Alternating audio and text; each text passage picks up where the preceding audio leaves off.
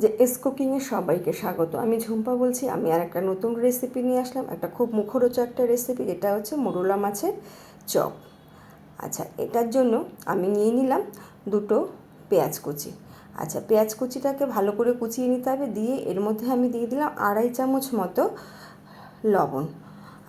আর এখানে দিয়ে দেব হলুদ, একটু পরিমাণ মতো এখানে আমি হলুদটা আমি দিয়ে দেব।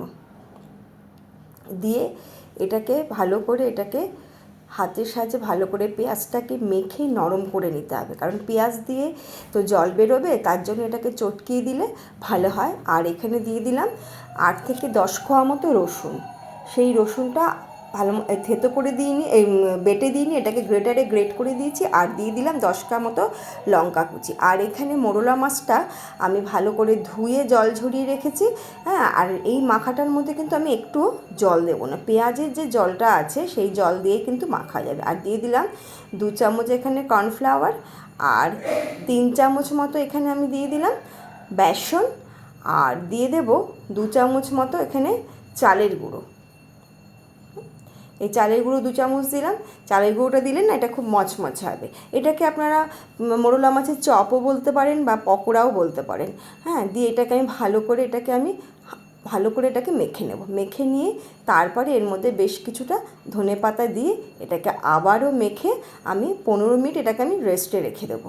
15 মিনিট মাখাটা হলে তার পেঁয়াজ থেকে যে জলটা বেরোবে ওটা আবারও মেখে টেকে নিয়ে আবার ভাজা যাবে। আমি এখানে কড়াইটা বসিয়ে সাদা তেল দিয়ে দিলাম।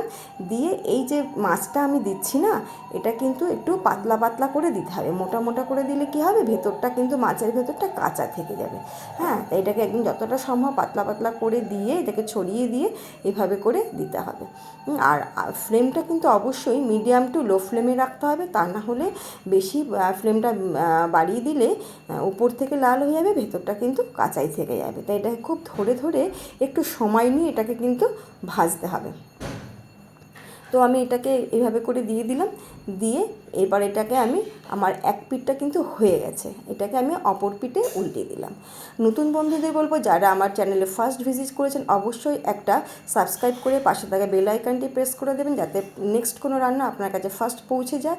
আর ভালো লাগলে অবশ্যই সুন্দর সুন্দর কমেন্ট করে দেবেন, যাতে আপনাদের কমেন্ট আমাকে অনেকটা ইন্সপায়ার করে নেক্সট রেসিপি ছাড়ার জন্য। আর একটা লাইক দিয়ে দেবেন। পুরনো বন্ধুদের বলবো অবশ্যই এটাকে লাইক দিয়ে পুরোটা দেখার অনুরোধ রইল, কারণ আপনারা আমার পাশে প্রথম থেকেই রয়েছেন, এর জন্য অসংখ্য ধন্যবাদ।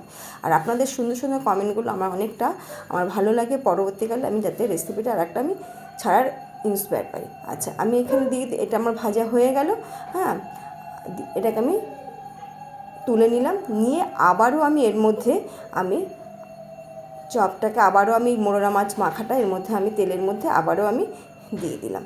দিয়ে এইভাবে করে দিয়ে এটাকে আমি আবারও আস্তে আস্তে করে এটাকে আমি ভেজে তুলে নেব। এটা কিন্তু অসম্ভব সুন্দর একটা রেসিপি। এটাকে কিন্তু গরম ভাতের সঙ্গে, ডালের পাতে বা বিকেলের দিকে চায়ের সঙ্গে এটা কিন্তু খাওয়া যেতে পারে।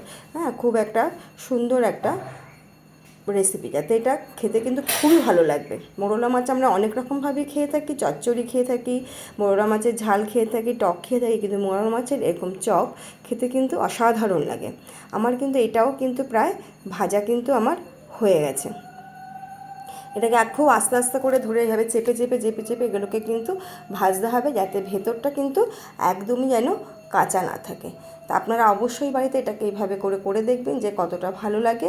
আর আপনারা অবশ্যই আপনাদের ভালো লাগলে আমাকে সুন্দর একটা কমেন্ট করবেন, যাতে আমি পরবর্তীকালে রেসিপিটা আমার ছাড়ার জন্য আমি অনুপ্রেরণা পাই। আচ্ছা, আমার কিন্তু এটা হয়ে গেছে। এরপর এটাকে আমি তুলে নেব। তুলে নিয়ে এটাকে আমার সার্ভ করলেই কিন্তু আমার রেডি মোরলা মাছের চপ বা পকোড়া, যেটা বলা যায়। হ্যাঁ, এটা আমার হয়ে গেল। আচ্ছা, অসংখ্য ধন্যবাদ। আপনারা আমার পাশে আছেন প্রথম থেকে শেষ পর্যন্ত।